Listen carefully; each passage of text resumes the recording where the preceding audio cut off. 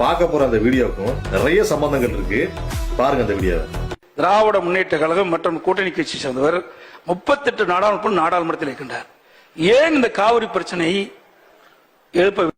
காவேரி பிரச்சனை பற்றி நாடாளுமன்றத்தில் திமுக அவர்கள் பேசவில்லை என்பதை இங்க எதிர்க்கட்சி தலைவர் சொல்லுகிறார்.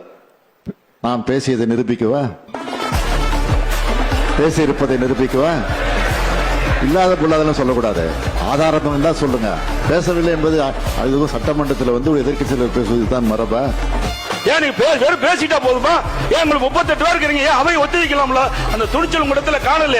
துணிச்சலை பற்றி எதிர்க்கட்சி தலைவர் எங்களுக்கு சொல்ல வேண்டிய அவசியம் இல்லை.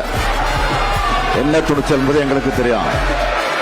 அதெல்லாம் அதை இவங்க சொல்லி இந்த அவையில மரபை மீற வேண்டிய அவசியம் இல்லை.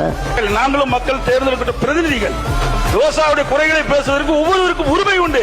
இதுவரையில் பேசியது நான் ஏதாவது குறுக்கிட்டு என்ன ஏன் இப்படி பேசுன்னு கேட்டேன்னா, தவறான தகவலை சொல்லுவதுதான் தவறு என்று நான் மறுக்கிறேனே தவிர வேற ஒன்றும் இல்லை. உங்களுக்கு எல்லா உரிமையும் உண்டு. இங்க இருக்கக்கூடிய எல்லா சட்டமன்ற உறுப்பினர்களுக்கும் இருக்கக்கூடிய உரிமையை நான் தடுக்க விரும்பல. அதுல நுழைவதும் மரபல்ல, முறையும் அல்ல. அது உங்களுக்கு இருக்கக்கூடிய உரிமை. ஆனால் தவறான கருத்துக்களை இந்த அவையில பதிவு செய்யும் போது அதை மறுப்பது என்பது என்னுடைய கடமை.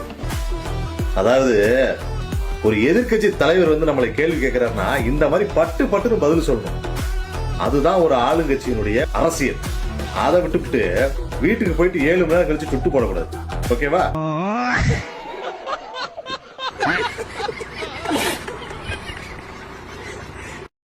இன்னைக்கு சட்டமன்றத்தில் நடந்ததுக்கும்